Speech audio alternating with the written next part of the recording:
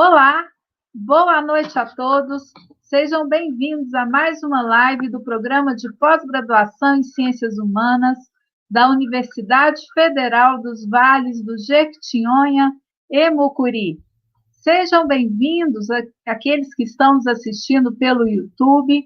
Nós temos aqui o Bruno Leonardo, Juliano, Júnior Almeida, Bruno Moreira Rios, Milene, Adriana Reis, Lázaro, Tatiele, Regiane, Matuda, José Claudionor, acredito que vai adorar a live hoje, Davi Rocha, Juliana Fernandes, Beth, Davi Xavier, Juliana Alencar e todos que estão entrando aqui na nossa sala. Hoje nós temos uma live, eu acredito que é uma das mais especiais que nós já tivemos aqui nos nossos diálogos interdisciplinares. Hoje nós vamos receber o Abiolá Akande Yahi e, em substituição à professora Adna Cândido de Paula, a gente vai ter o professor Juliano Pereira, que gentilmente, né, está substituindo a professora Adna, que teve um contratempo e não poderá estar aqui hoje. O Juliano é um dos integrantes do NUPED, né, que também a professora Adna é uma das integrantes, aliás, a coordenadora, né, do NUPED, juntamente tem o Juliano, né? Então, vamos dar as boas-vindas ao Juliano, ao Abiolá. Muito obrigada por estarem aqui. É uma honra para nós, do nosso programa, recebê-los aqui nesta noite, né? O tema de hoje é a ancestralidade africana, aquilo que nos toca no mais fundo, né? Gostaria de apresentar, então, os nossos convidados. O Juliano Gonçalves Pereira, ele é doutor em Educação pela UFMG, mestre em Relações Étnico-Raciais pelo Cefet Rio de Janeiro, graduado em Pedagogia, História e Educação Física, acho que é o perfil mais interdisciplinar possível, como o nosso programa também né? Ele é membro do NEABI, do NUPED e do NELAS, da UFVJM. Ele é membro do grupo de estudo Juventudes e Educação da Cidade, da Faculdade de Educação da UFMG, e tem experiência com formação política, com ênfase em gênero e raça, juventudes e masculinidades, atua com formação de professores nas temáticas diversidade, educação para as relações étnico-raciais, educação à distância e políticas afirmativas. O Abiolá Akande Yahi é nascido na República do Benin, na África, mudou-se para o Brasil para estudar arquitetura e urbanismo na UFO, onde se formou. Hoje atua como arquiteto autônomo e design na sua empresa Afrocreative. E também mantém um perfil no Instagram pessoal em que compartilha informações e análises sobre os saberes ancestrais africanos. Depois eu vou colocar o link do Afrocreative para que todos possam ver que lindas obras nós temos por lá. Passo, então, a palavra, agradeço novamente, imensamente, o Abiolá e o Juliano. Passo, então, a palavra para o Juliano, que vai conduzir essa nossa live. Dando um recadinho antes, né? Nós temos o link do nosso certificado, que será colocar um pouco antes do final da nossa live, ok? Então, fiquem atentos aí no YouTube, né? Assim que, quando estivermos chegando ao final, eu coloco o link. Por favor, vejam se os certificados chegaram nos seus e-mails, ok? Então, boa live a todos. Obrigado mais uma vez, Juliano e Abiolá. Obrigado a todas, a todos. Obrigado a todos aí que estão nos ouvindo.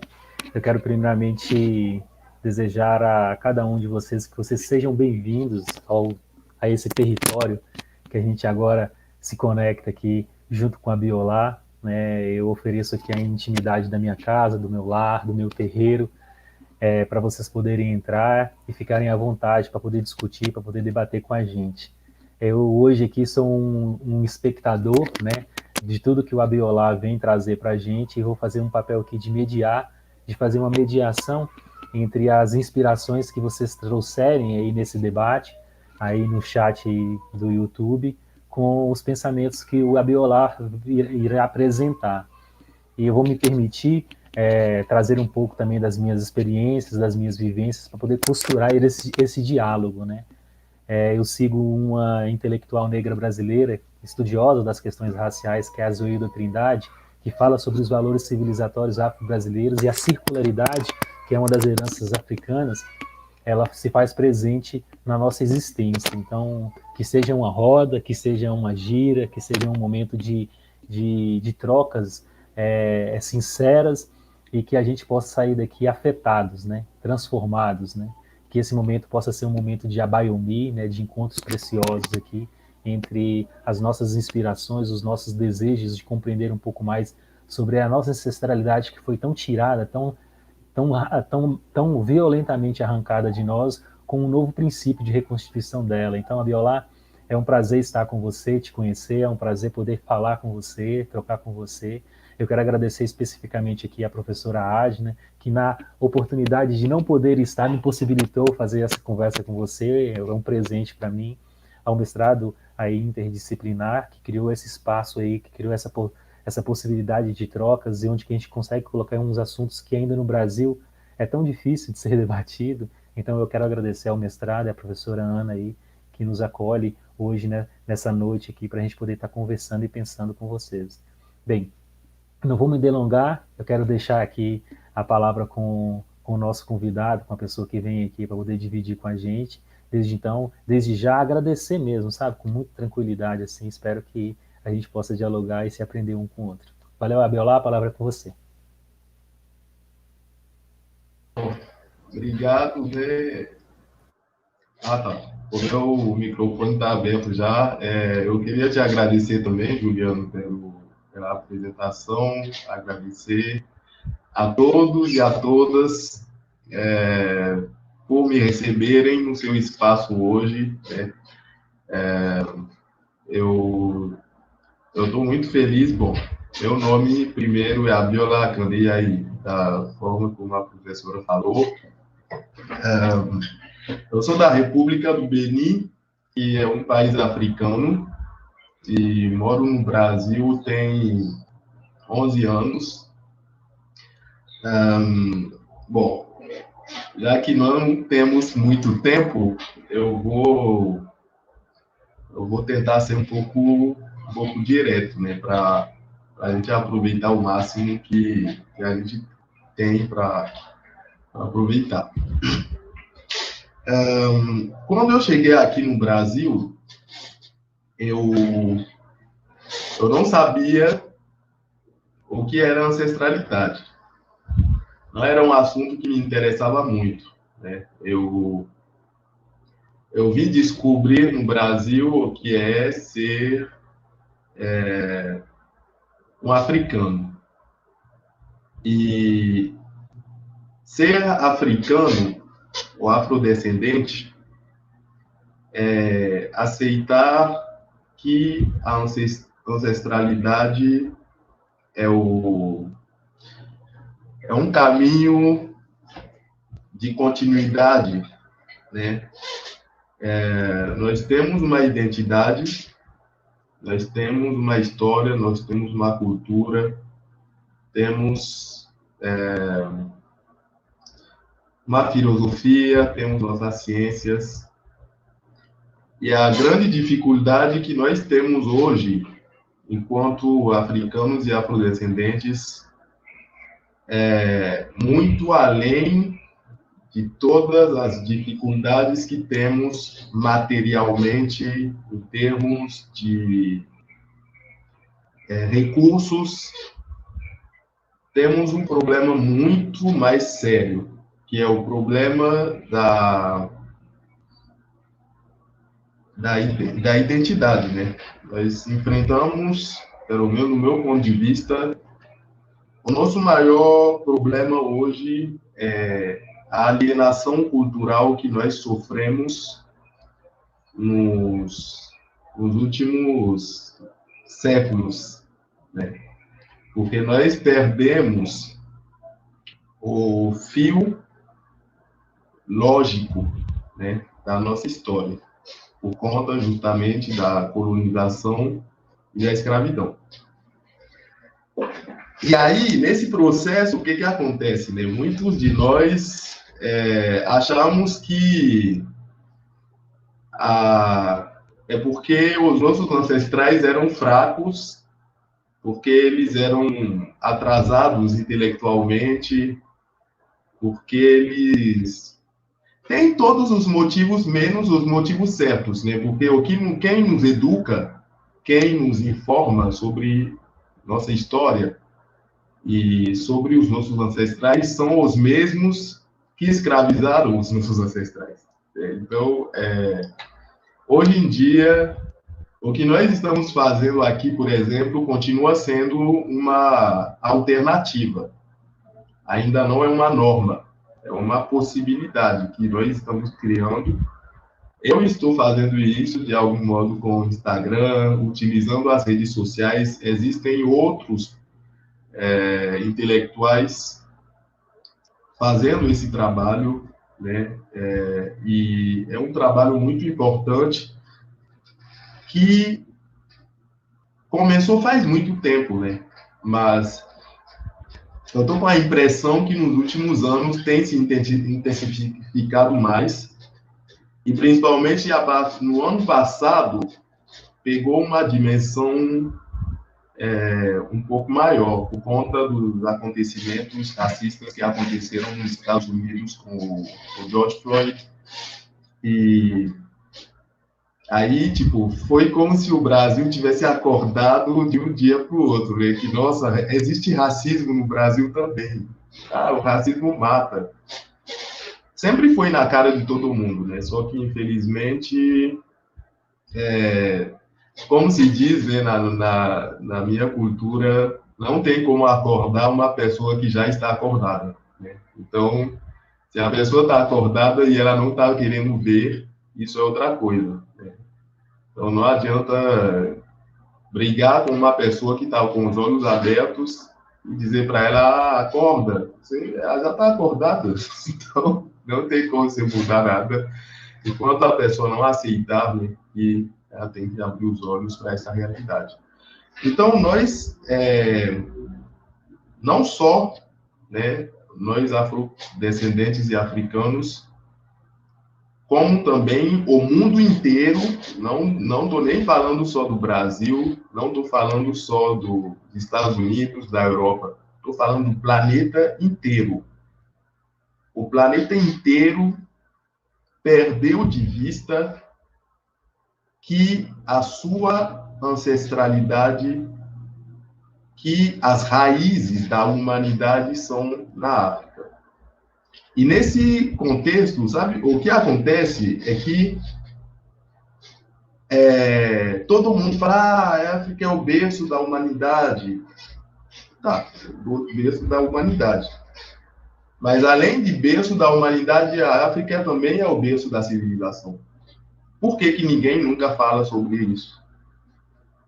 Isso é um dos problemas que nós temos hoje. Porque a maioria dos pretos no planeta hoje não tem nem consciência de que são os seus ancestrais que criaram as ciências, que criaram os conhecimentos que fazem a civilização humana hoje. Existe um povo na Índia que são chamados de Jarawa. Os Jarawa ocupam o território indiano faz mais de 50 mil anos. Isso não sou eu que estou dizendo, são os próprios pesquisadores ocidentais. Os Jarawa são pretos, eles são mais pretos que eu. Você olha para eles, se você olhar uma foto deles e olhar para mim, você não consegue dizer quem é africano e quem não é. Então, eu não estou falando desses indianos com a pele escura, com cabelos um pouco encaracolados, ou às vezes até lisos. Eu não estou falando desses povos. Os Jarawa, hoje, representam uma ínfima parcela da população indiana. Como que os Arawa foram parar naquele território se eles não saíram da África? Isso é um. Então, todo mundo sabe que o planeta foi povoado por africanos. Há 50 mil anos, o planeta estava sendo colonizado pelos nossos ancestrais africanos. E eles foram levando a sua cultura aos poucos. Obviamente, a cultura era diferente do que é hoje, porque houve um certo crescimento, né? Porque a ciência vai evoluindo à medida do tempo também. A cultura, a filosofia, a visão de mundo. Na China, os próprios chineses sabem muito bem que os seus ancestrais eram pretos.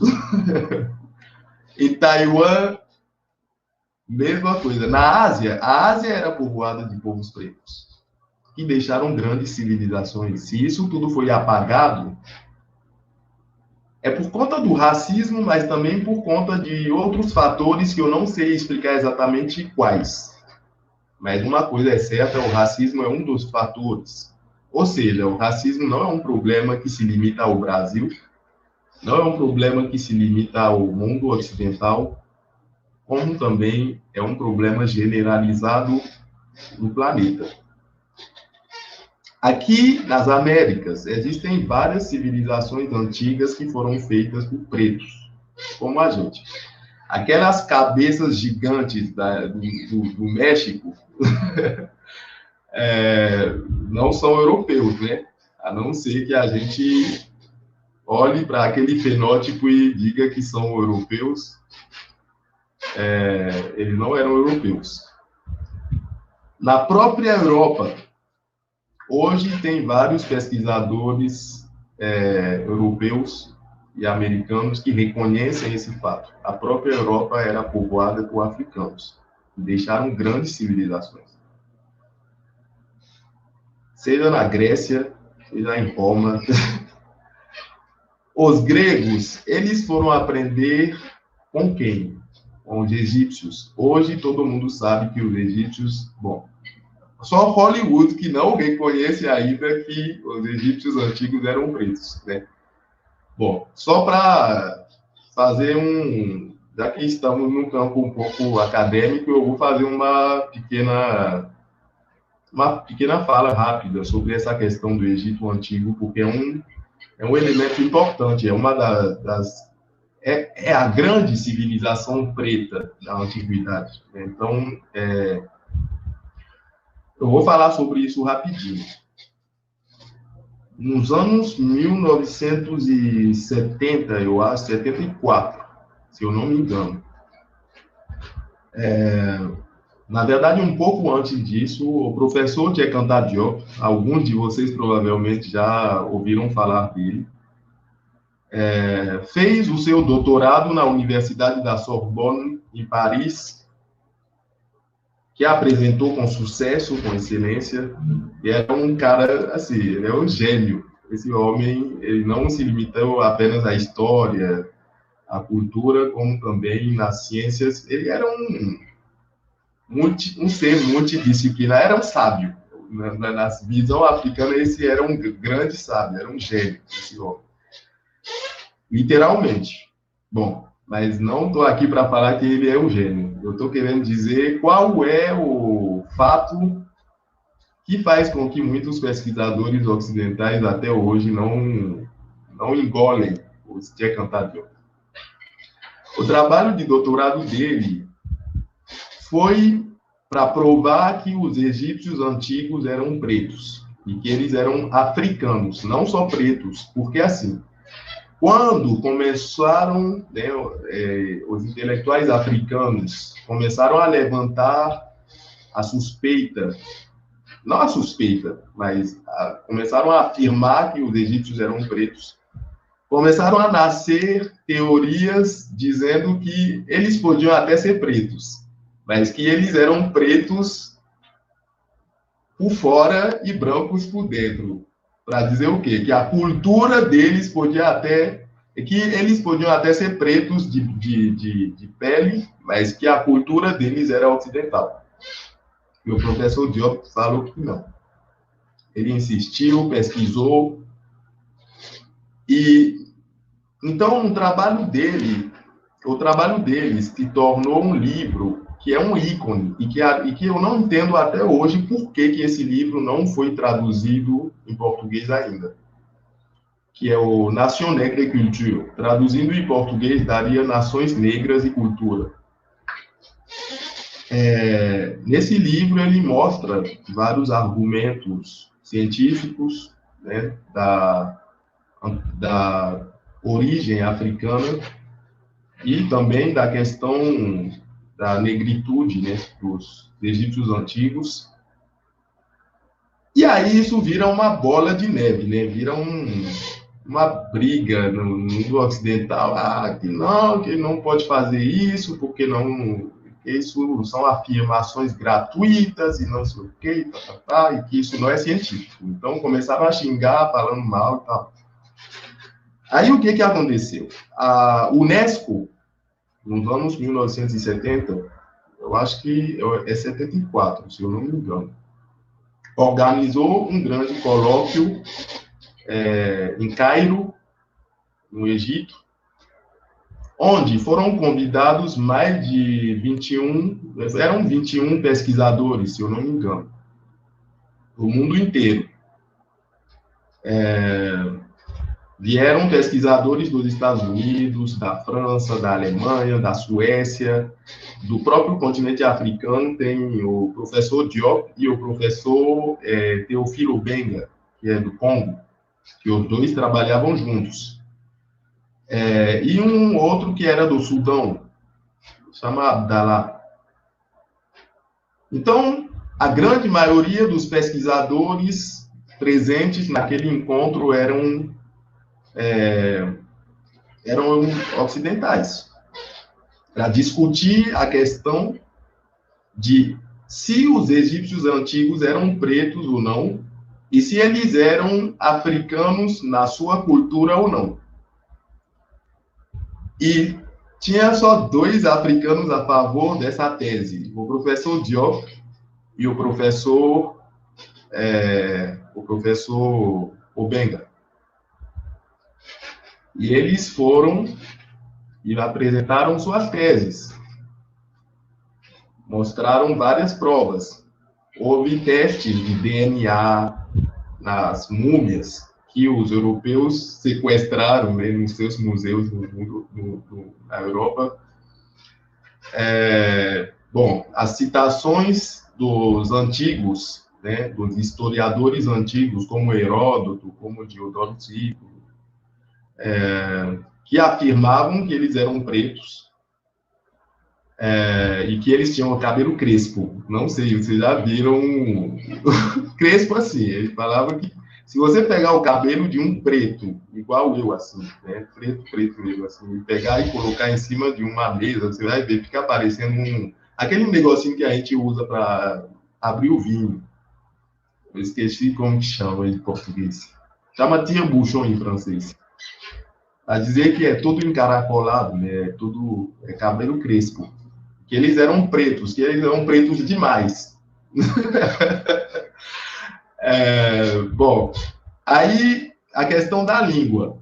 O professor Diop e o professor Benga, sendo egiptólogos e conhecendo as línguas africanas, conseguiram provar que as línguas, a língua do Egito Antigo era a mãe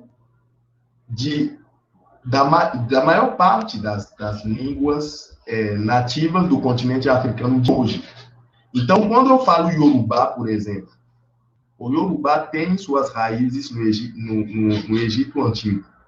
O Fongbe, que é a língua da minha etnia materna, Fongbe, tem suas raízes no Egito Antigo. Se forem lá no Senegal, o Wolof tem suas raízes no Egito Antigo. até no centro, o Bassá, o Lingala.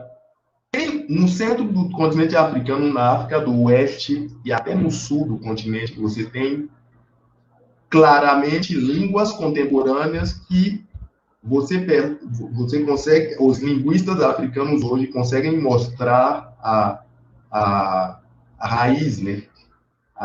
O grau de o parentesco dessas línguas contemporâneas, não estou falando de línguas antigas, não, contemporâneas, com a língua dos egípcios antigos. Eles provaram, fizeram várias apresentações, foram vários dias de apresentações, e aí os europeus e os americanos não puderam refutar a tese deles. Por quê? Bom, dentro do relatório da própria Unesco, que foi feito pelo professor Jean Devis, que era um detrator do professor Diop, ele escreveu no seu relatório, podem procurar depois na internet para ver, que apesar de toda a preparação, todos os documentos preparatórios que a Unesco mandou para todos os pesquisadores para poderem participar desse colóquio e fazer um debate científico, que não houve uma contrapartida à altura do que o professor Diop e do professor Obenga apresentaram, e que, portanto, houve um verdadeiro desequilíbrio a favor desses dois. Ou seja, a discussão sobre o Egito Antigo ser preto e africano ou não já acabou faz pelo menos umas 3, 4 décadas. Na verdade, mais que isso, né? Em 2020, uns 50 anos. Um pouco mais, talvez, né? Já acabou faz tempo. E hoje, em pleno século XXI, a gente ainda fica brigando para provar uma coisa que já foi provada. Eu não perco meu tempo discutindo se o Egito Antigo é preto ou não. Não perco meu tempo discutindo se o Egito Antigo é africano ou não. Se alguém não acredita, se alguém quer refutar, que refute, vai refutar sozinho. Eu não tenho tempo para isso. A Unesco gastou dinheiro, né, que o mundo trouxe para ela para poder resolver essa questão faz tempo. Então, vamos parar de perder tempo sobre esse assunto. E por que o Egito, o fato de reconhecer que o Egito Antigo é africano, dói tanto ao sistema dentro do qual nós estamos hoje? Por que Hollywood insiste em ficar mostrando egípcios antigos como pessoas brancas? Por que a Globo insiste em mostrar isso o tempo inteiro? Porque é a única forma de manter o sistema de injustiça para que ele continue.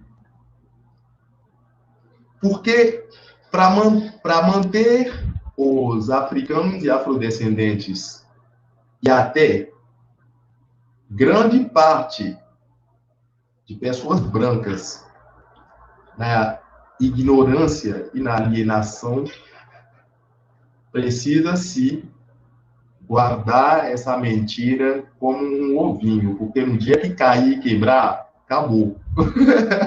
Por quê?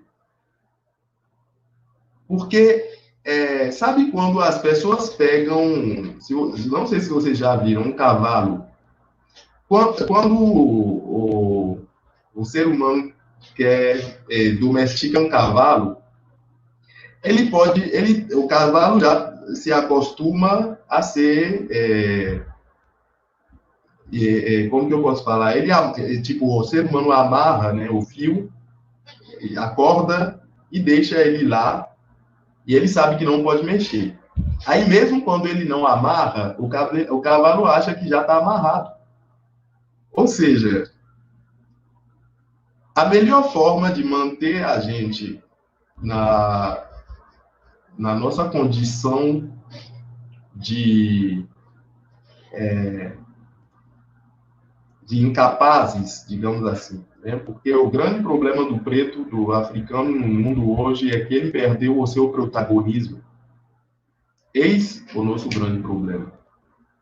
O que foi tirado da gente foi nossa capacidade a dizer: vamos realizar as coisas, vamos tomar a direção das nossas vidas. É isso que é o grande problema que a gente tem hoje. Por quê? Porque a gente não acredita que a gente pode. Quem está governando o mundo hoje? É o Ocidente. Agora a China está aí, né? Os chineses também já foram chamados de todos os nomes, xingados, diminuídos, mas a partir do momento que os chineses retomaram o protagonismo sobre o seu território, que é a China, e levantaram o seu país, tanto economicamente, quanto militarmente, quanto socialmente, hoje, ninguém levanta para falar qualquer coisa com a China, da forma que era feito talvez uns 20, 30 anos atrás. Porque hoje a China é poderosa. E eu estou falando isso tudo por quê, gente?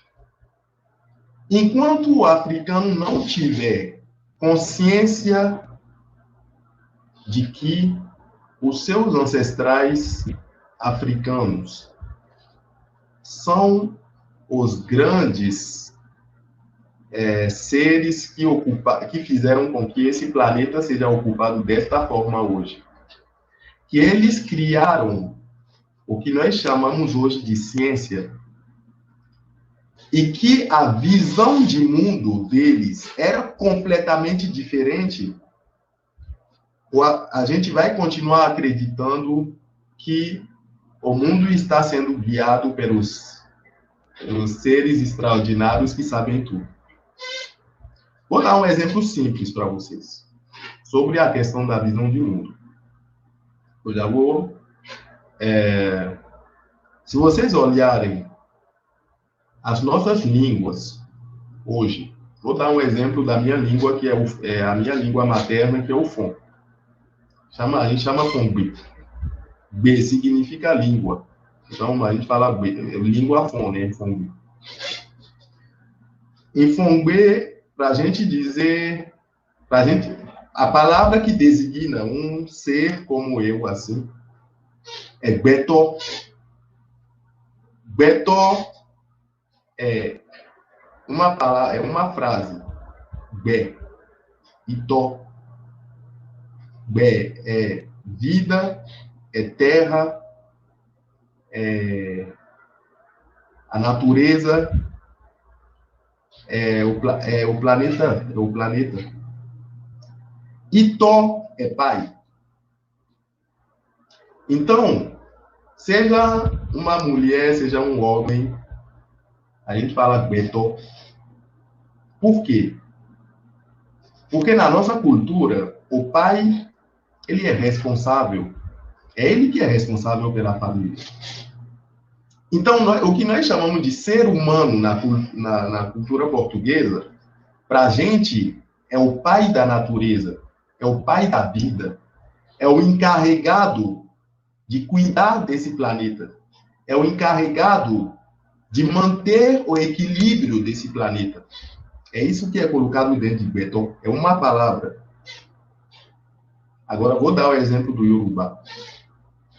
Em Yorubá, a gente fala Eninha. Eninha significa a pessoa escolhida. Escolhida para quê? Para cuidar do Ile Aye. Ile Aye, que é o que nós chamamos de terra. A gente fala Ile Aye. Aye, Ile é casa. Aye é vida. A casa da vida, nós estamos aqui, Eninha, é a pessoa escolhida para cuidar da casa da vida. O que a gente vai procurar em Marte? A gente não resolveu os problemas, a gente está criando um desequilíbrio completo nesse planeta aqui, e estamos lá correndo atrás de Marte, atrás da Lua. Aqui que a ilha aí não é em Marte, é aqui que está a vida. Os mesmos poderosos que estão destruindo o planeta estão procurando caminho para poder ir para fora do planeta. Por quê? Porque eles sabem muito bem que o paradigma, que a visão de mundo deles vai esvaziar este planeta de toda a vida. Porque é isso que estamos fazendo. O grande problema da sustentabilidade hoje no planeta não se limita a fazer ar-condicionado com selo verdinho, não é isso. A insustentabilidade que nós chegamos, a insustentabilidade a qual nós chegamos hoje é por causa da nossa mentalidade, é por causa da nossa visão de mundo. Vou dar um outro exemplo para vocês. Na língua Fon, a gente fala Suzan para designar o que nós chamamos em português de mês. Bom, Suzan é Sun é a lua e Azan é o dia. Suzan, portanto, é um dia da lua, né? Suzan representa um dia da lua. Eu estava, né, nos últimos meses, nas últimas semanas, refletindo um pouco sobre essa questão da etimologia das palavras africanas que eu conheço, né, das minhas línguas nativas. E aí, na hora que eu pensei em Suzan, assim, eu falei, cara, por que os nossos ancestrais pararam e chamaram o mês de Suzan? Isso significa, provavelmente, que um mês na Terra representa um dia completo para a Lua. Fui verificar. A Lua gira em torno do seu próprio eixo uma vez a cada 27 dias aqui na Terra. Bom, vocês conseguem perceber a lógica que está nessa palavra? Se você não souber que a Terra gira praticamente durante um mês antes que a Lua termine de girar uma vez em cima do seu próprio eixo, você não pode chamar o mês de dia, né, de um dia da Lua. Não tem como. O que significa que os nossos ancestrais tinham consciência que a Lua girava numa velocidade muito menor que a Terra. Porque a Terra gira e a Lua lá e leva isso. Certinho? Bom, isso para dizer o quê? Vocês, provavelmente, quando falam sobre a África, não conseguem imaginar ciência nenhuma na nossa cultura. Só que essas culturas são a fonte da própria ciência. Quando a gente fala sobre filosofia, mas os africanos não têm filosofia. Tem muitos intelectuais europeus que falam esse tipo de coisa, né? Mas como é que toda essa filosofia super erudita do mundo ocidental nos trouxe a esse nível que nós estamos hoje? Ou será que ela não sabe o que é a sabedoria? Porque, bom, eles podem até dizer que nós não temos filosofia, né? Agora, o mínimo é reconhecer que existe sabedoria dentro das nossas culturas, né? Vocês pegarem os nossos provérbios, os nossos contos, as nossas lendas, os nossos mitos, gente, são fontes incríveis de ciência. A humanidade inteira está perdendo por conta dessa falta de conhecimento sobre a África. Porque não tem como você fazer ciência sem dar um mínimo de tempo de observação dos fenômenos. E quem são os mais antigos desse planeta, gente? São os africanos. Quem teve mais tempo de observação? Quem teve mais tempo de observação dos fenômenos da natureza? E aí, hoje, nós chegamos num nível de artificialidade por conta do paradigma cartesiano, que nós estamos perdendo completamente o fio do que é natural desse planeta.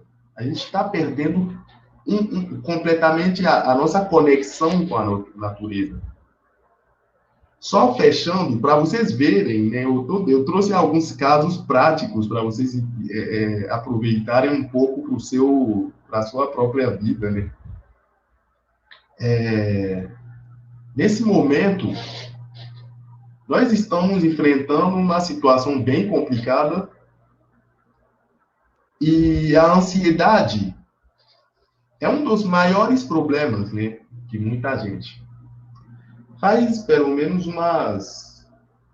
um mês ou um pouco mais agora, eu estava numa apresentação, eu fui falar sobre a mitologia africana, e aí depois que eu terminei de explicar, né, a estrutura dos mitos e tal, e por que os africanos são super otimistas e tal, tem uma moça que me falou assim, que ela é brasileira, né? Ela foi para a Espanha, estava na Espanha, e aí foi trabalhar em Uganda,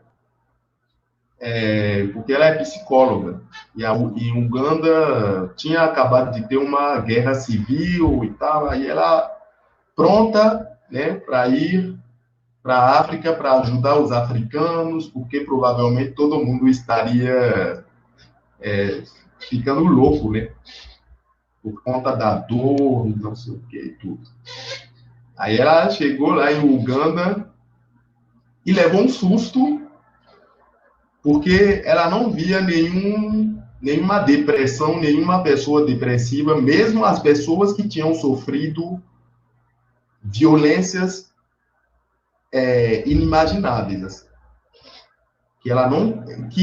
Essas pessoas falavam das suas dores de uma forma que você não conseguia identificar nenhum tipo de depressão, e que ela levou um susto porque ela tinha acabado de sair da Espanha, que é um país em paz, para ir para um país em guerra, num continente que tinha acabado de conhecer uma guerra civil na África, e que as pessoas que ela conhecia lá na sua vida profissional na Espanha eram mais depressivas que as pessoas do continente africano. É isso que é o paradigma africano. Nós estamos, nesse momento, passando por essa situação toda. Um dos fatores mais importantes da ansiedade que nós estamos enfrentando é que as pessoas perderam a noção do tempo natural. E se eu fosse falar, eu poderia fazer uma live inteira sobre o tempo natural. Só fechando, o meu nome é Abiola, eu nasci no Benin, no dia 6 de novembro de 1988, às 16h55, de um pai e de uma mãe, que são só o meu pai e minha mãe, eu sou único, eu sou um ser único nesse planeta. Eu não nasci junto com ninguém, e ainda que eu tivesse nascido gêmeo, eu sou único. Ou seja, o meu tempo se cruza com o tempo de todos vocês, mas ainda assim eu tenho a minha unicidade enquanto Abiola, e eu tenho que respeitar o meu tempo. Se você não sabe respeitar o seu tempo, você vai sofrer à toa. Por quê? Porque hoje nós vivemos num mundo em que o relógio é colocado como a norma. Se você tem 30 anos e você não construiu uma mansão ainda, não tem carro, um cachorro, porque tem que ter o cachorro, né? Então você é um fracassado. E tem muita gente que sofre por conta desse tipo de histórias que são meio que padronizadas para impor para todo mundo. E todo mundo acaba correndo atrás de um mesmo sonho. E o mesmo sonho é o quê? Chegar no topo da pirâmide da sociedade de desigualdade dentro da qual a gente vive. Gente, quem pode ser feliz fazendo esse tipo de corrida? Atrás, a gente fica correndo atrás da nossa própria dor, em vez de viver a nossa vida. E isso tudo, gente, eu estou falando para vocês para dizer o quê? Se a gente não, a gente voltar para a nossa ancestralidade, para a sabedoria dos nossos ancestrais africanos, é uma chave muito importante hoje, nesse momento, para a gente encontrar o nosso equilíbrio. É isso que nós precisamos fazer cada vez mais. Então, quando muita gente fala sobre Sankofa, né, que é a volta, vamos voltar para a fonte, e aí dá um impulso. Quando você vai dar um pulo, você pega, você apoia a sua perna, né, atrás para poder dar um pulo maior, né? Então é isso. Tem que dar uma pequena volta para trás para avançar mais rápido e melhor.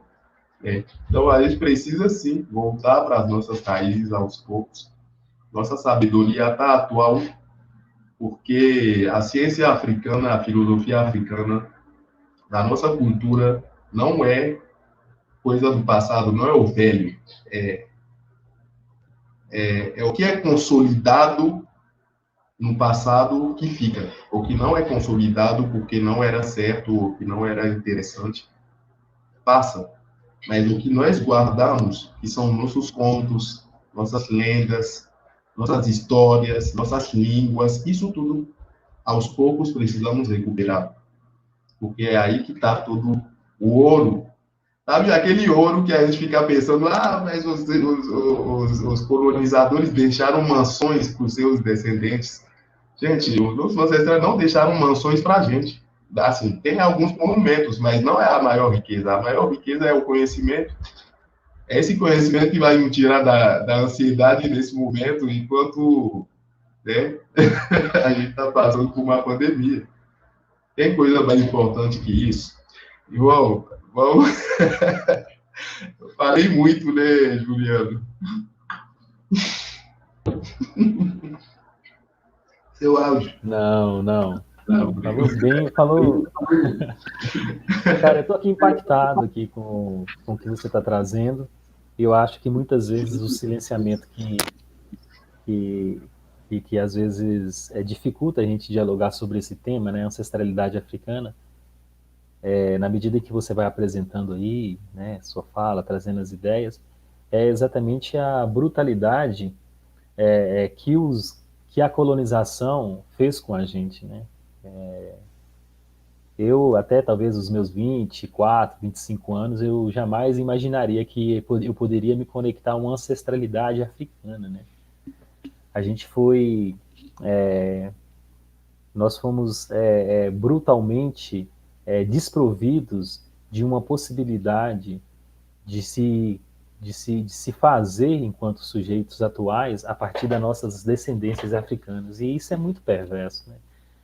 E aí eu vou falar para todo mundo que está ouvindo, né? A Liliane, a Maria, a Dilson, a Edinho, a todo mundo que está nesse exato momento nos escutando, né? Eduardo. Se eu perguntar se você conhece, se você sabe o nome, se você sabe o que fazia, qual era a profissão de talvez aí a sua quarta ou quinta geração, né, a sua bisa, a sua tataravó, dificilmente no Brasil você vai encontrar alguém com possibilidades reais de falar assim, não, eu sei que a minha tataravó era uma mulher que fazia isso, ela tinha esses tipos de pensamentos. Quando se trata da nossa ancestralidade africana, né? E aí você traz algumas coisas que são muito caras para mim, assim, né? Você traz temas como a identidade, o problema na identidade, né? Você traz temas como a questão da alienação cultural, que até hoje incide demais sobre a América Latina, mas incide demais sobre o povo brasileiro, né? Sobre o Brasil enquanto esse lugar diferenciado da América Latina. Muitos brasileiros sequer acreditam, né, nessa perspectiva de identidade coletiva de americanos, latinos-americanos, que eles são latinos. Então você fala desse problema da colonização que vem com a escravidão e como é que isso ainda permanece na gente. São temas muito caros para mim, que sou historiador. E que, na medida que você vai falando, eu vou me perguntando, pô, de fato, você está correto, né? Porque aquelas pessoas que nos educam são as mesmas que nos escravizaram. Então, mesmo eu tendo uma formação interdisciplinar, mesmo esse mestrado sendo um mestrado interdisciplinar, é verdade também que as principais leituras, elas são ainda, continuam sendo ainda de intelectuais, de homens brancos europeus. É verdade, né? Sheikh Anta Diop, quando é que Sheikh Anta Diop será debatido nas escolas, né? Será debatido na universidade? Talvez com a professora Adna ele até seja apresentado aqui dentro desse programa, mas isso é uma rara exceção, isso não é uma realidade para o nosso país. E aí eu fico pensando nessa violência sobre o povo brasileiro, né, de desprovir, de arrancar, de sentenciar o povo brasileiro de uma não ancestralidade africana. E na medida que você vai estar falando, eu fico tentando me conectar a ela, e eu não consigo encontrar assim, a minha imagem assim, eu fico tentando me agarrar em alguma coisa que me conecte, e eu não consigo porque me foi tirado tudo, né? Foi arrancado tudo do povo brasileiro. O único cenário permitido para a gente poder entender a nossa ancestralidade foi o que foram pessoas escravizadas. E ponto. A gente não consegue ainda se conectar com a nossa ancestralidade e pensar que eram pessoas detentoras de conhecimento, de tecnologias, que eram pessoas arquitetas. Eu moro numa cidade histórica, né, numa cidade colonial, que é a Diamantina. Aqui, esse curso está numa cidade colonial diamantina. E embora a gente saiba que todos esses casarões que permanecem em pé, que toda a questão do urbanismo que está aí, foram feitos por mãos negras, a gente não consegue associar que isso é um conhecimento trazido de África. A gente não consegue associar que a própria exploração dos diamantes aqui em Diamantina tem muito a ver com a mão de obra qualificada africana. E aí você vai trazendo isso, falando, olha, repense a história, né? Repense a sua história. Busque recontar as suas histórias. E aí a pergunta que eu te devolvo no meio disso tudo aí é como é que nós fazemos isso na medida em que você traz já algumas dimensões. O Sheikh Anta Diop ainda não foi traduzido no Brasil, na medida em que o sistema ainda impossibilita com que a gente tenha acesso a outras lógicas, a outros paradigmas que não o paradigma europeu, né? A gente muitas vezes vai conhecer algum africano porque algum europeu chegou e falou, não, esse aqui você pode ler, né? Ou a gente pode pegar algum autor dentro do nosso processo formativo que nos é apresentado e que a gente começa a ler, esse autor aqui é africano? É africano. Ah, é? E a gente fica nessa surpresa, porque exatamente nós somos desprovidos da possibilidade de ancorar na nossa ancestralidade africana a possibilidade de uma outra lógica que não somente a lógica da escravidão, a lógica de seres que foram escravizados. A gente não consegue ainda. É muito difícil ainda a gente se conectar com o que de fato a África é e significa para o mundo. E aí é verdade, eu concordo com você que na medida em que a gente consegue avançar nessa direção, talvez a gente consiga encontrar outras formas de viver, né? Outros paradigmas que nos orientem, que não esse de acúmulo, que não esse que todo mundo sabe que não deu certo, né? As nações estão aí para mostrar que não deu certo, né? Eu preciso ter, eu só existo porque eu tenho, eu só existo porque eu consegui acumular, porque eu consegui materializar. Isso não deu certo em lugar nenhum. Porque isso causa desigualdade, isso causa violência, isso causa morte. As nações mais ricas também, elas acabam produzindo um monte de problemas, lixo, e joga tudo nos países mais pobres, joga tudo nos colos das pessoas mais pobres. Então vai aí, eu dei uma devolutiva para você, né? Você encerra a sua fala nos convidando a fazer esse retorno, né? Nos convidando a caminhar, a ir para esse Sankofa e de olhar de forma mais qualificada para a nossa ancestralidade africana. E aí eu te pergunto, vivendo há 11 anos no Brasil, Abiola, qual que é a maior dificuldade que você enxerga nos brasileiros de conseguir fazer esse caminho de retorno para a sua ancestralidade africana? Bom,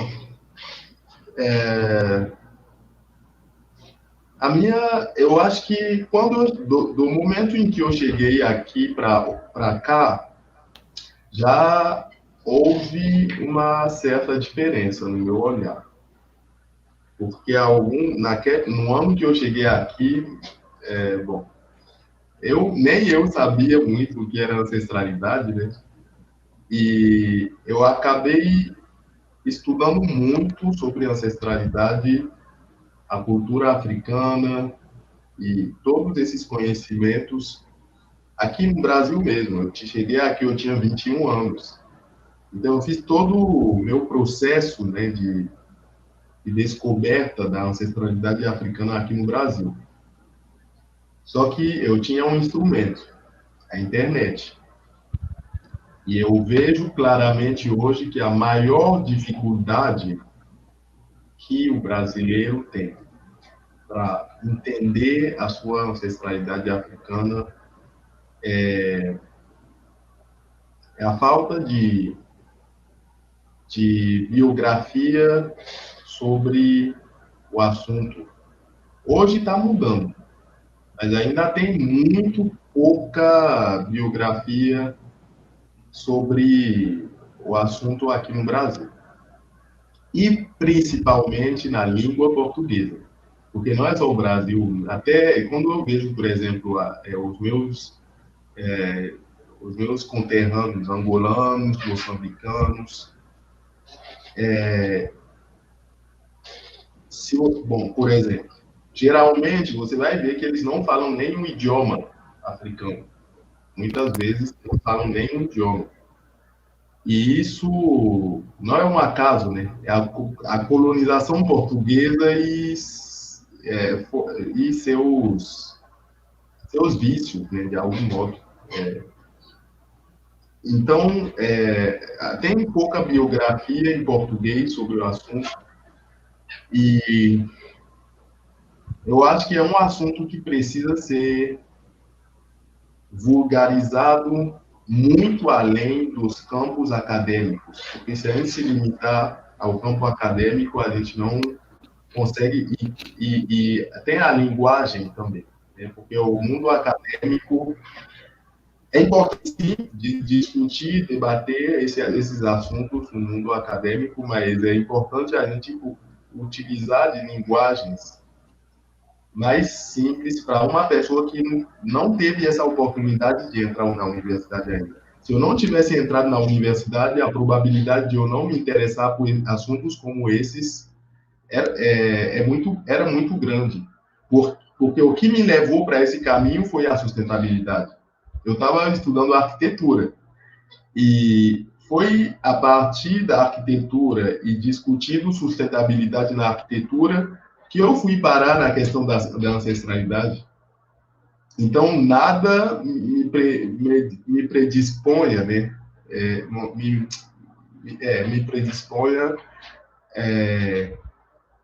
Predisponhava a estar falando sobre ancestralidade, porque eu sou arquiteto, estou falando sobre sustentabilidade, e aí por que eu fui falar sobre ancestralidade?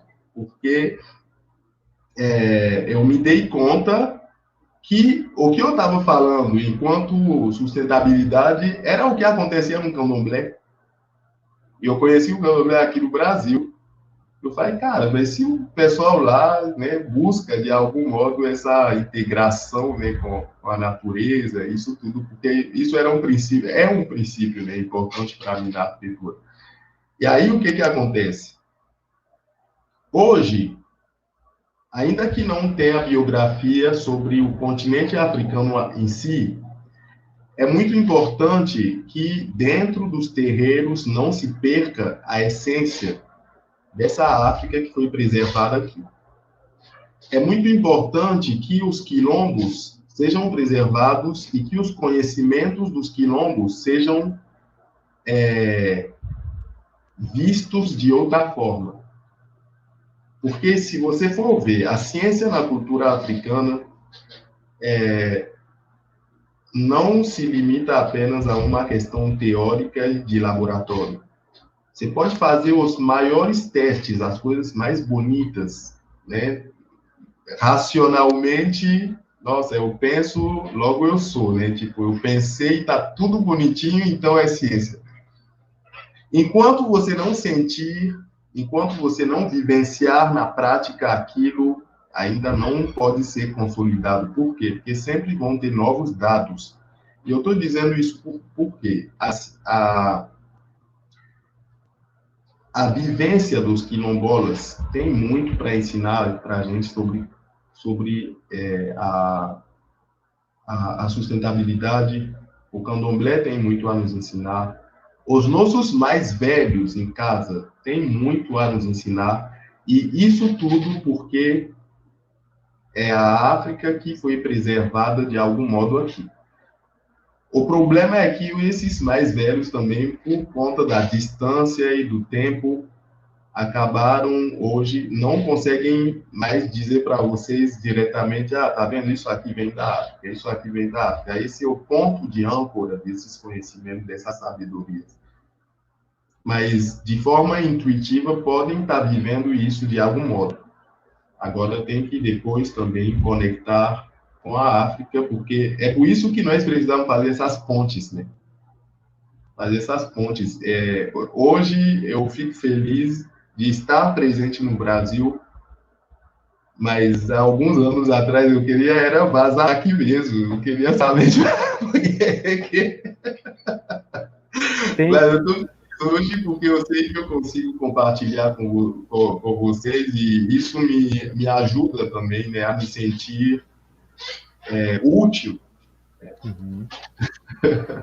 Tem muita coisa aí no que você fala, né? Eu sou uma pessoa que eu entendi no conhecimento científico, na faculdade, eu sempre falo isso, né? Uma oportunidade para eu poder me manter vivo, né?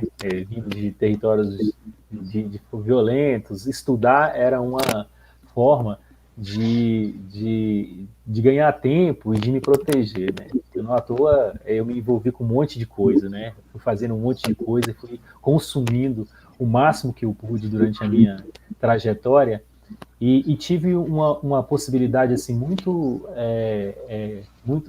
interessante, né? Quando se trata de academia, que foi de sempre optar por estudar a questão racial, de tentar fazer essas pontes, né? E sempre encontrei muita dificuldade, né? Na graduação, na pós-graduação, mestrado e doutorado, sempre com muitas dificuldades de conseguir entender melhor as questões étnico-raciais, as questões de ancestralidades africanas. E é muito interessante isso que você está falando, né? De que não pode esse conhecimento, essa sabedoria africana, ela não está restrita, né, ao mundo acadêmico, aos livros. E é muito interessante porque na medida em que, de fato, né, todas as leituras que eu fui conseguindo alcançar, elas não me foram dadas no currículo das minhas formações, né? Não foi na educação física, na história, na pedagogia que eu fui encontrar Cheikh Anta Diop, que eu fui encontrar outras intelectuais negras e negros que não são ocidentais, né? Aqui no Brasil também, pensando sobre outros pensadores e outras lógicas, foi no movimento social, né? Eu tive a possibilidade de encontrar um grupo de pessoas no Brasil que militam na causa étnico-raciais, que me apresentou Francis Fanon, que me apresentou Cheikh Anta Diop, que me apresentou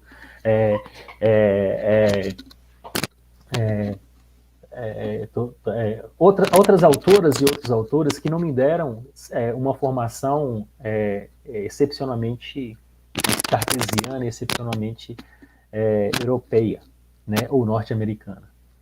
E aí, na medida em que essas leituras elas vão se acumulando, eu começo a perceber algumas coisas que fazem muito sentido a partir do que você está dizendo, né? O meu avô, por exemplo, ele era um homem da mata, e ele ia para o mato, pegava algumas coisas que ele precisava e voltava da mata. Ele ficava 3, 4, 5 dias no mato. E era muito interessante que, às vezes que eu tive a oportunidade de dividir essa entrada na mata com ele, e até hoje eu reproduzo isso, ele chegava, tirava o sapato e pedia licença, né? Estou entrando. E ali ele tirava raízes para poder fazer as suas latadas de remédio, ali ele tirava algumas fibras que ele usava para poder fazer balaios e alguns artesanatos, peneiras, esse respeito com a natureza, esse respeito com a mata, esse respeito com o ambiente, eu comecei a entender que tinha muito mais de África nisso do que de Europa, né? E que eu não encontrava isso nos livros, né? Isso é uma coisa que me marca muito, né? E aí você fala assim, tem essas tradições aí, tem os terreiros, né? Que podem, às vezes, nos conectar a essa ancestralidade, mas eu não sou de axé, né? Eu não tenho, os meus ancestrais, os meus pais, são todos eles já dentro de uma lógica cristã. Mas é interessante, depois a gente vai conseguindo entender isso, que, por exemplo, o meu pai é de Folia de Reis, é de Catopê, eu tenho uma parte muito forte da minha família que é do Congado. E aí você consegue perceber que está ali, né? A África também está ali, né? E isso para poder pensar um pouco dessa coisa que você também, no finalzinho da sua fala, você coloca, que é sobre o paradigma africano. Eu quero ouvir um pouco mais sobre isso, né? Na medida em que esse povo que sofre um monte de mazelas e violências, como é que esse povo ainda continua com uma capacidade enorme de amar, de se afetuar, né, de se envolver, de trocas, né? E eu estou dizendo isso porque sempre morando em favela, sempre morando em territórios periféricos, em comunidades muito, muito, mas muito às margens da sociedade, dita sociedade aqui no Brasil, eu não consigo compreender e encontrar um outro lugar onde que tem mais solidariedade, um lugar onde que tem mais partilha, né? Eu estou dizendo isso porque hoje, morando aqui em Diamantina, num bairro de classe média, se falta um ovo, ou um pouco de óleo, ou um pouco de sal de açúcar, eu tenho vergonha de pedir ao meu vizinho, porque eu não conheço. E nas minhas experiências, né, tanto da minha infância, da minha adolescência, era muito comum de faltar alguma coisa, você correr na casa do vizinho e falar, olha, está faltando aqui um óleo, me dá aí toma. Era muito comum, né, essa coisa da partilha. E aí eu vejo que tem uma outra lógica que sempre esteve presente, né? Você precisa ir lá nos livros para poder encontrar algumas pistas para poder entender o meu contexto, né? Para poder entender a ancestralidade que sempre estava à porta. Então, eu queria que você falasse um pouco mais desse paradigma africano, que passa, acho que, por essa coisa aí, de como é que nós podemos ser mais solidários uns com os outros, construir essas redes de proteção, de colaboração, de cuidado uns com os outros.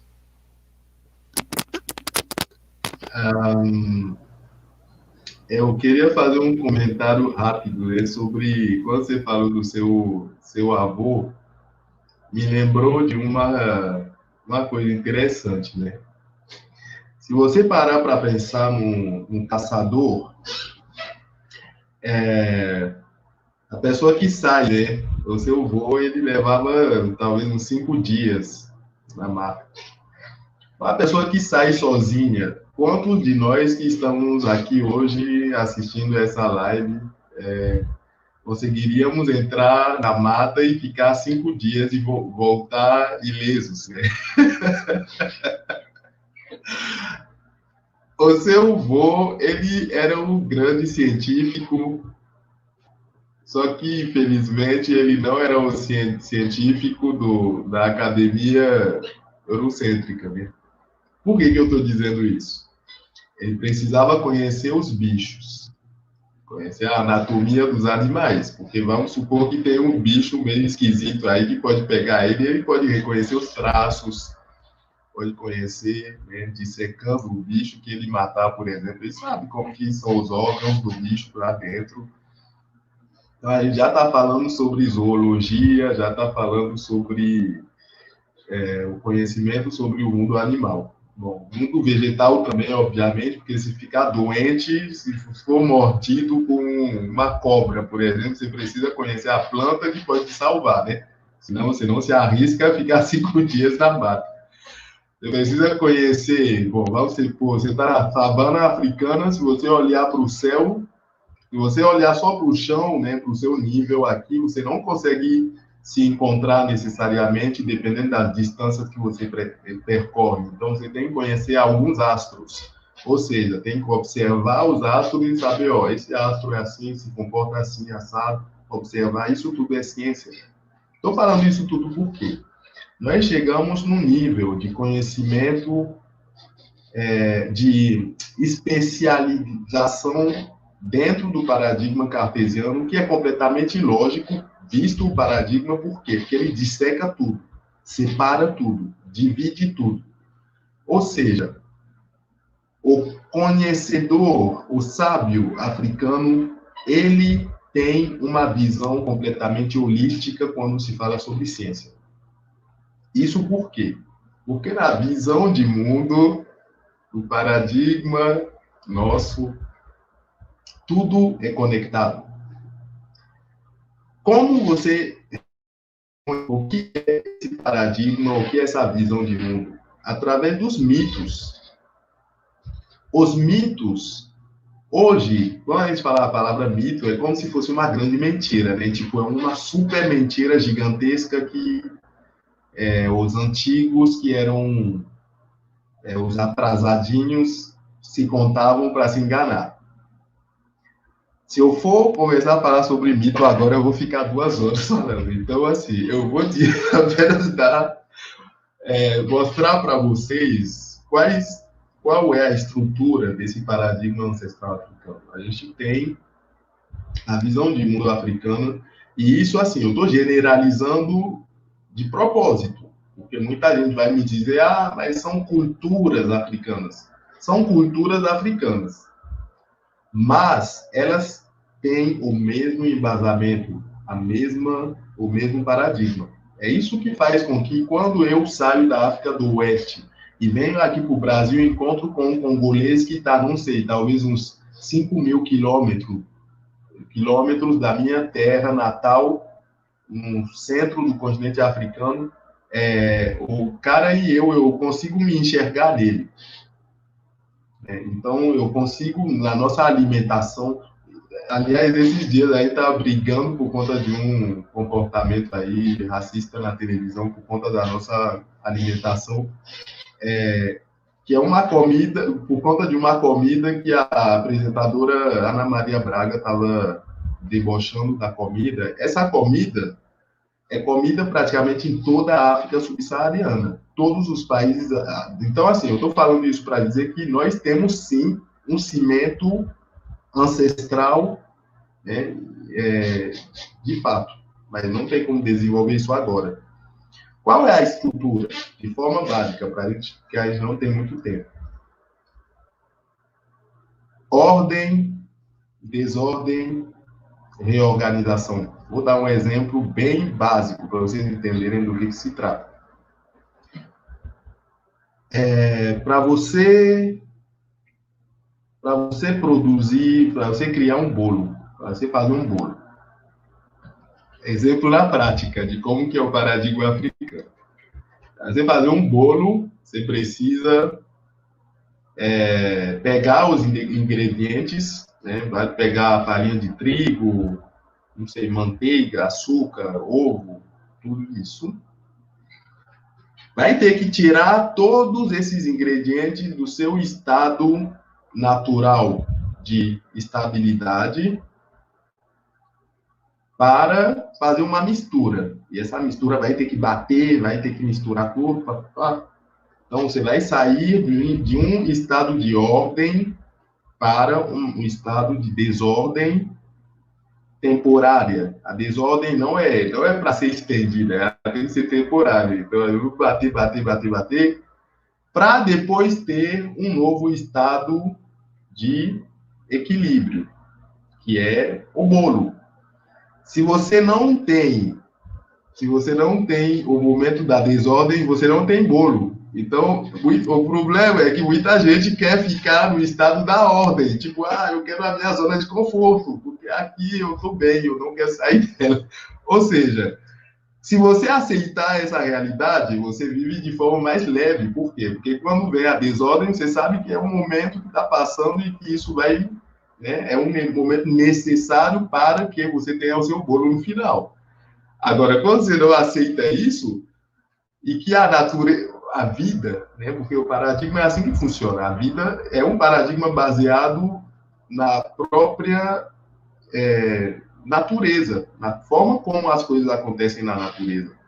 Se você não tiver esse momento de desordem, você não pode ter um novo equilíbrio. Ou seja, quando a gente quer viver, eu quero a estabilidade, é só a estabilidade, né? Tipo, aí quando começa a mexer um pouquinho assim, cara, nossa, minha vida, eu tô fudido. Desculpa aí o palavrão, gente. Que eu tô, né, que não dá mais porque eu tô ansioso. Isso não vai mudar nada na realidade. A realidade, ela é o que ela é. Ou a gente aceita e compõe com ela, ou a gente vai sofrer à toa. Porque não é porque a gente não aceita que há um momento de desordem, que é, digamos, o momento da dinâmica, que obriga a gente a sair, né, dessa inércia para poder chegar num novo estado, que isso vai parar. Então, se a gente for olhar, por exemplo, dentro da própria natureza, deixa eu ver um exemplo interessante, né? Bom, para você vai ter que cavar um buraco, por exemplo, para poder plantar uma semente. Você pegar a semente e quiser que ela fique só no seu estado de estabilidade, não tem como ela germinar. Então, você vai ter que cavar, plantar e botar água para que ela saia. E aí você vai ter um novo equilíbrio. Então, sempre vai ter um momento em que você vai ter que sair, né, dessa... E esses momentos, quando a gente desconhece, não entende, e é por isso que na visão africana, a gente sempre vai ter um final positivo, entre aspas, não positivo, mas porque a gente sabe que vai ter um novo equilíbrio. É isso que a gente chama, é isso que a gente enxerga como a grande positividade da vida.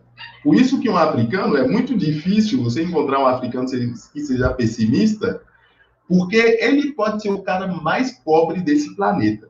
Ele vai dizer para você que um dia ele vai ser rico, que um dia ele vai ser bem, porque a gente nunca perde esperança, né? Tipo, por quê? Porque no final pode ter um novo equilíbrio, vai ter um novo equilíbrio, que eu participe ou não dele, eu sei que vai ter, então eu já posso contar, né, com isso. E é por isso que as dificuldades, né, na sociedade africana são encaradas de uma forma muito diferente, porque é muito difícil você ver um africano dizer para você, por exemplo, nossa, que triste, nossa, isso não vai dar certo, porque não. O africano geralmente vão sempre estar dentro de uma dinâmica de te dizer, vai lá, dá certo. Mesmo que, e quando não dá certo, sabe o que fala para você? É porque não era o momento ainda, mas a próxima vez vai dar certo, isso aí você pode contar com isso. Então a gente acaba sempre, né, tendo esse apoio entre as comunidades. Hoje está mudando um pouco por conta, né, da colonização, mas se você for no interior dos países africanos, ainda tem muito dessa dinâmica, muito forte, né? E aí, imagina, dentro de uma sociedade onde todo mundo tem, digamos, esse paradigma, entende essa lógica, e cada um, de algum modo, ajudando o outro para fazer as coisas, isso cria uma dinâmica humana super saudável, que faz com que, se você vê, por exemplo, na cultura africana, a morte não é uma fatalidade. A morte, para a gente, é o início de um novo ciclo. Então, a morte, na visão africana, não tem fim, né? A morte não é um fim. A gente não está aqui, mas se você olhar para mim, esses negócios que eu tenho aqui na minha cabeça, por exemplo, isso aí eu herdei do meu avô. Então, ele continua vivendo em mim. Ele não morreu, ele continua aqui. Então, eu sou uma continuidade, não tem fim. Né? Então, a visão africana, de algum modo, transcendeu a morte. Porque, por isso que a vida sempre vai ser enaltecida, e que, é claro, né, a gente é humano, quando tem alguma dificuldade, todo mundo sente, né, e tudo, mas a forma de encarar e lidar com os problemas já é completamente diferente, porque a gente sabe que no final vai ter sim. Agora, quando você pega os mitos gregos, cara, depois estudem um pouco isso para vocês verem. Eles acabam sempre num impasse, sabe? É igual, sabe? Tem um mito muito famoso, que é do mito do Sísifo, né? Que o cara vai, ele fica rolando, a punição, né, do Sísifo foi que ele tinha que rolar uma bola super pesada até o topo de uma montanha, e aí ele chega no topo da montanha e a bola cai do outro lado. Aí ele tem que descer, pegar a bola, e o sofrimento é eterno, o sofrimento não acaba, sabe? E é um pesadelo de vida. E aí você vê que os mitos africanos costumam, eles desenham uma perspectiva em que, no final, os protagonistas da desordem acabam encontrando um novo equilíbrio e caminho, né? Eu estou até pensando em fazer Muito legal. Isso. Muito legal. E é interessante porque você choca aí, né, com algumas coisas que se naturalizaram nas nossas cabeças dessa brutal forma como o Ocidente entrou na gente, né? Eu queria dizer assim que o pessoal aqui está te agradecendo, né? A Lília está colocando que obrigado por compartilhar essa sabedoria, deixou ela bastante reflexiva. O Lázaro está falando que foi profundamente tocado com as suas palavras. A Andressa dizendo que foi muito essencial refletir sobre essas coisas que você trouxe.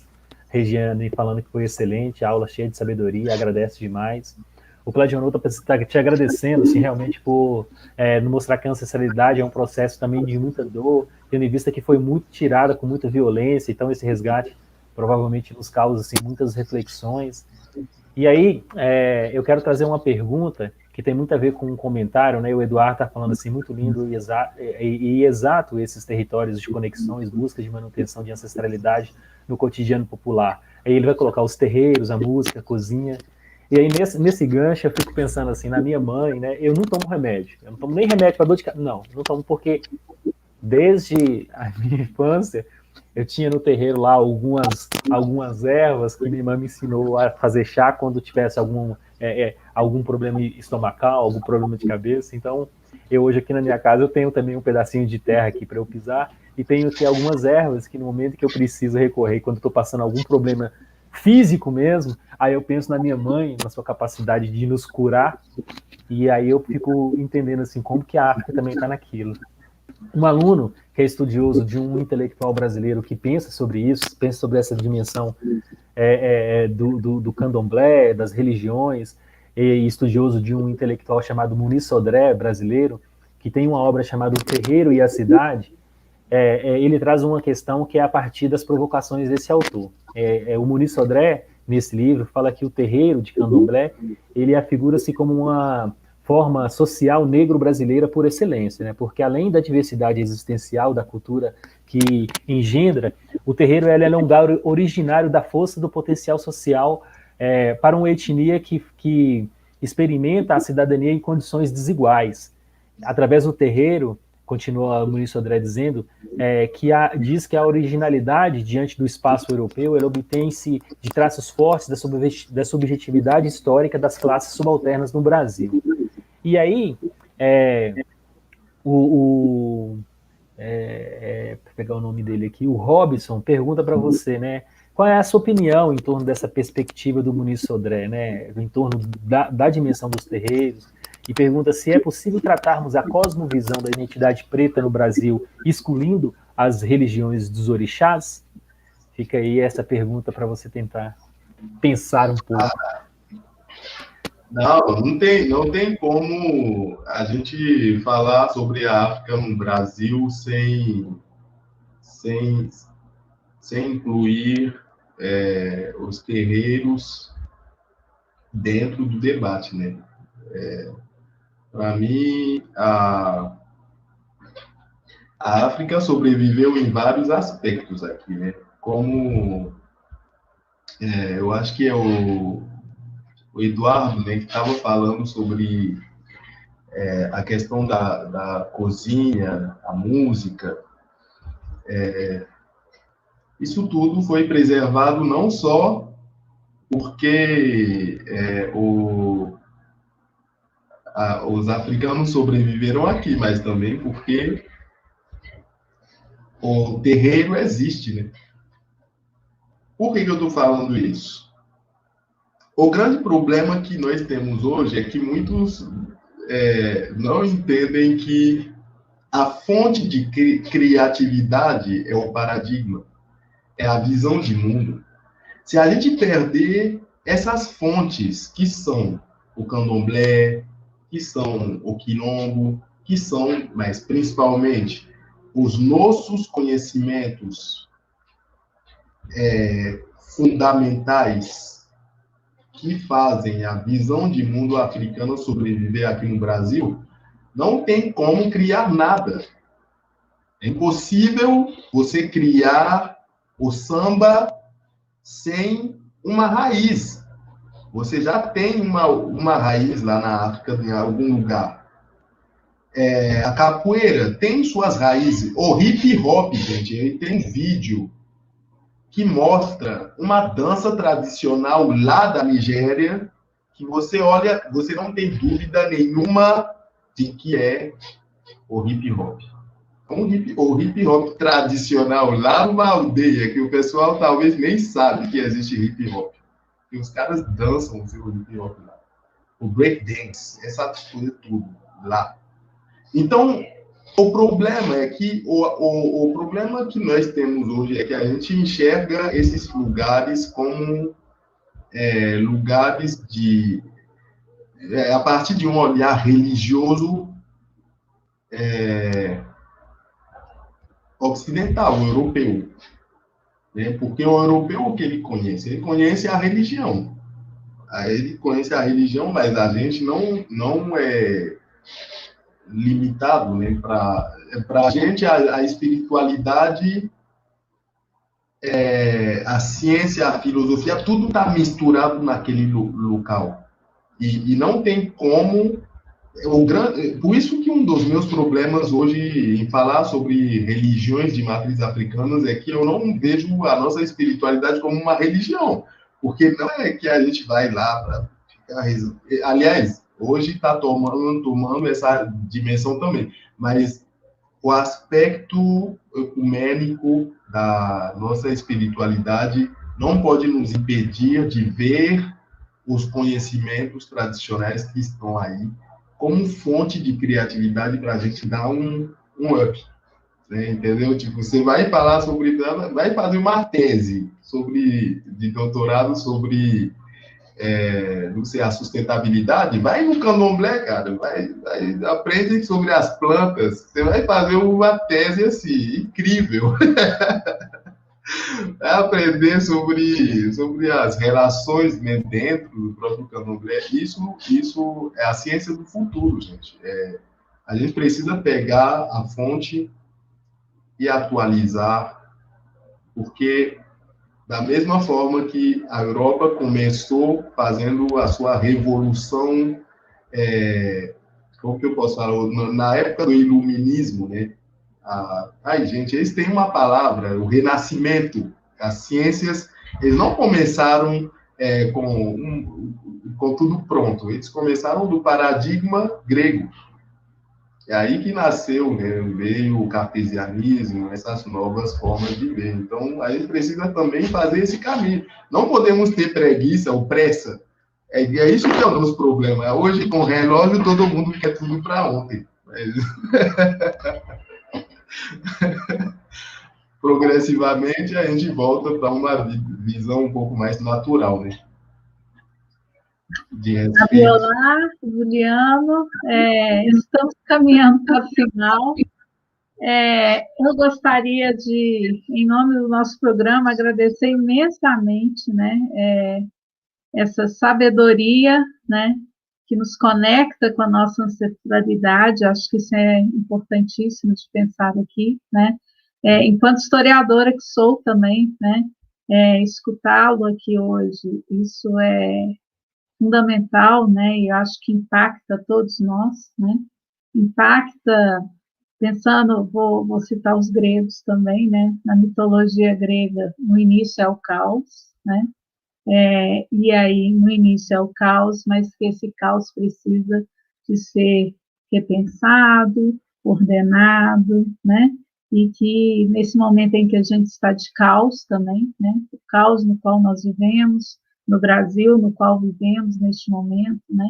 Com todos esses problemas da pandemia e as tristezas das mortes, faz com que a gente também esteja no caos, né? Mas que tem algo que nos conecta, que nos leva a pensar, que pode vir, né?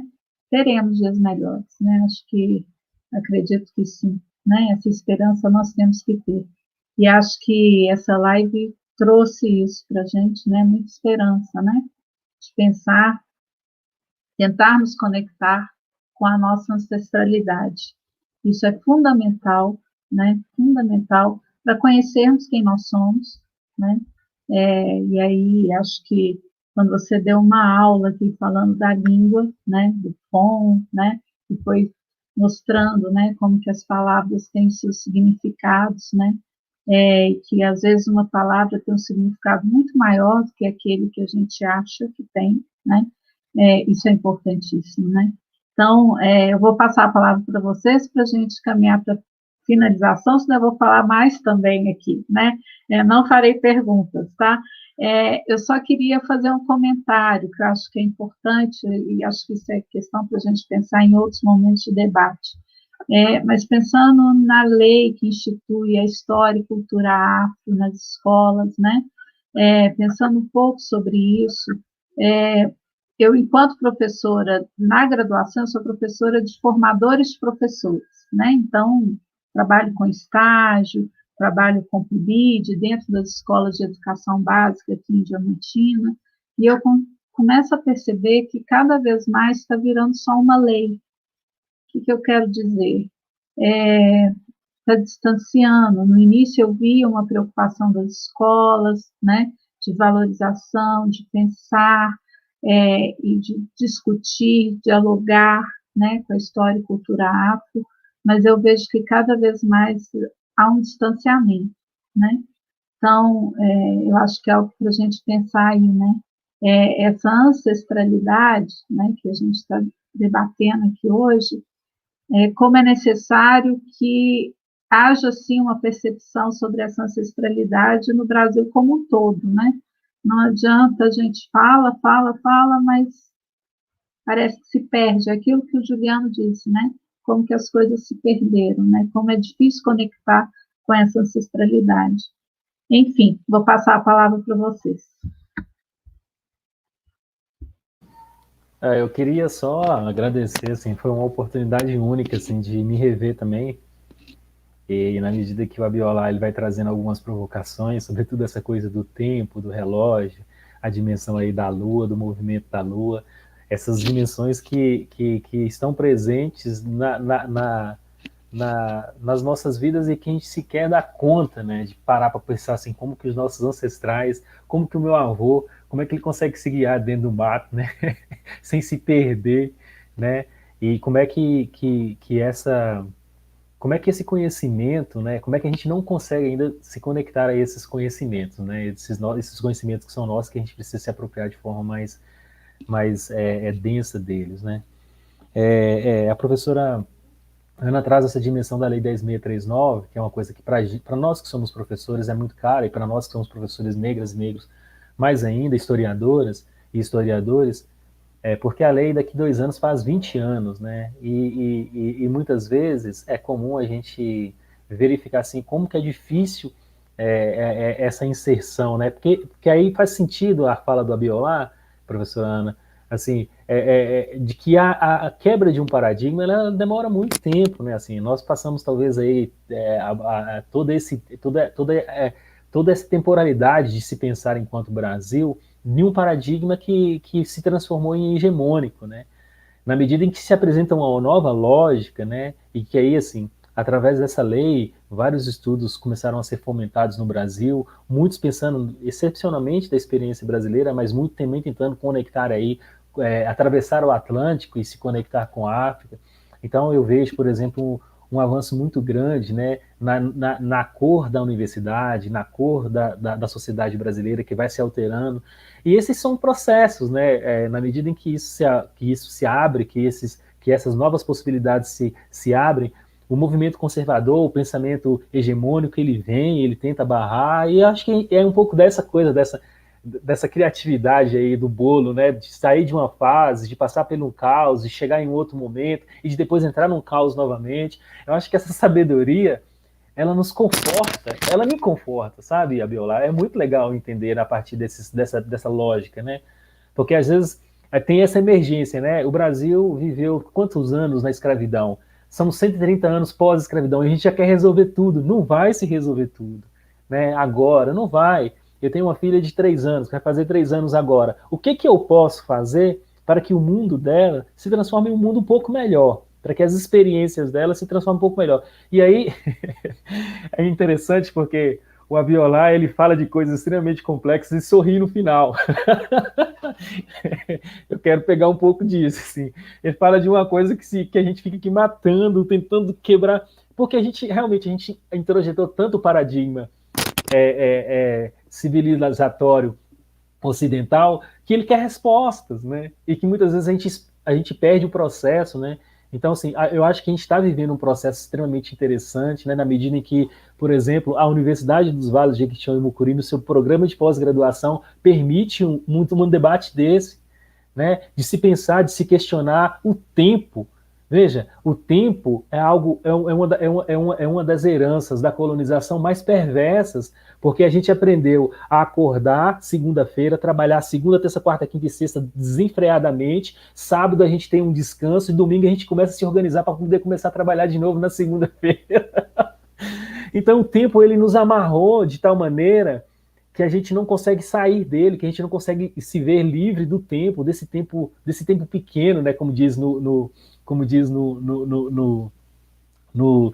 Congado, quando a gente sai para a festa de Congado, ele fala assim, vamos entrar no tempo grande, porque o tempo grande não é essa mesma lógica, não é essa mesma temporalidade, né? A gente vai para outras dimensões, o corpo, ele se ativa através de outras lógicas. Aí eu falo assim, cara, a África está aí, a África está aí, está no nosso, tá aí, a gente precisa só conectar a ela, né? Quando meu avô entra na mata e ele fica 5 dias, eu fico pensando assim, será se ele tem noção de que ele ficou lá 5 dias? Não importa, porque não é esse o paradigma que tá com ele, né, que o acompanha. Então, aí eu começo a perceber que dá sim possibilidade de criar pontes com as nossas ancestralidades, né? O Abiola, ele traz algumas chaves muito interessantes, né? A chave de se pensar enquanto processo, a chave de não querer o produto, a chave de não querer chegar em cima do topo, do topo, de deixar a pedra lá. Não, é o processo. Quais são os nossos mitos? Então, todas essas efervescências, Abiola, que você traz, eu quero te agradecer, assim, profundamente, assim. Eu acho que ela não chega só até mim, porque quando eu olho aqui pro feedback aqui no chat do YouTube, eu vejo que as pessoas estão aqui extremamente também assim, desorientadas, né, pelas palavras que você traz. Elas chegam até mim, elas têm sedimento aqui dentro de mim, elas encontram um terreno fértil, que eu quero transferir um pouco disso para minha filha, para que talvez um pouco desse paradigma de se pensar a partir de uma lógica de alegrias, de afetos,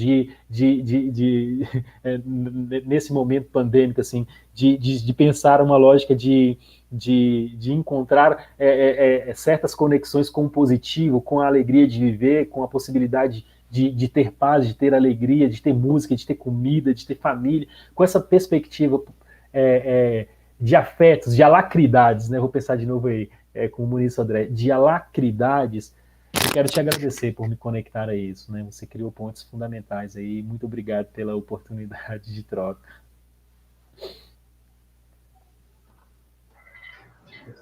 Gente, eu fico muito feliz, né, mais uma vez, de ter dividido este momento com vocês. Vocês me deixaram uma energia super boa. Eu tô me sentindo... É sempre assim, né? Eu faço uma live, é como se eu estivesse numa sala, e aí a sala tem a sua energia, e aqui eu estou me sentindo bem, né? Então, eu quero agradecer a todos vocês pela recepção, e queria só dizer uma coisa, né, para fechar, é que muitos dos problemas que nós enfrentamos hoje em dia poderiam ser solucionados apenas com conhecimento. E aí a gente fica correndo atrás de recursos materiais para resolver problemas que precisam ser resolvidos internamente. E para a gente resolver esses problemas internos, a gente precisa de sabedoria. E a África está cheia dessa sabedoria. Então, encontrar o seu equilíbrio é o primeiro passo para você mudar de fato o mundo.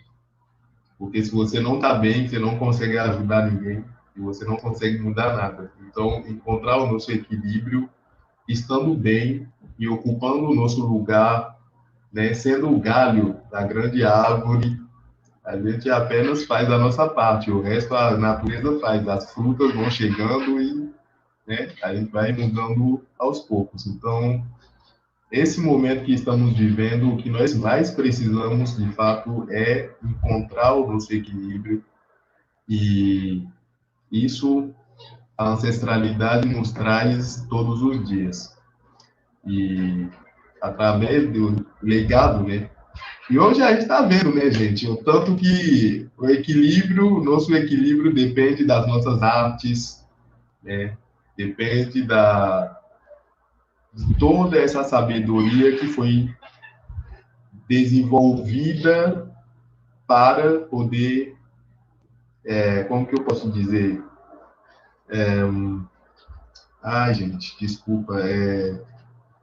A finalidade disso aqui tudo é perpetuar a vida. E aí, como que a gente perpetua a vida sem enaltecer a vida? O primeiro passo é isso. Então, a gente não pode combater a morte com a morte, vamos combater a morte com a vida.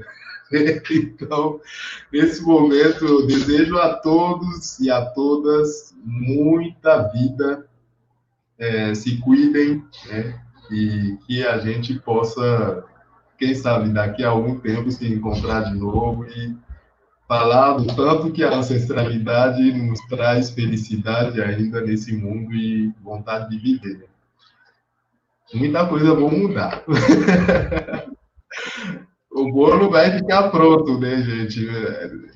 Pode não ser agora, mas se os nossos pequenos comerem, já vai ser um bom passo. A gente vai ter participado também. É isso, gente. Muito obrigado mais uma vez. Abiola, muito obrigada. Vamos buscar o nosso equilíbrio. Esperamos que em breve, né, você possa vir até Diamantina para nos encontrar, né, e conversar pessoalmente com todos nós aqui, né, pelos comentários, vários comentários aqui foram dos nossos discentes, né, a Milene, a Andréia, a Andressa, José Claudionor.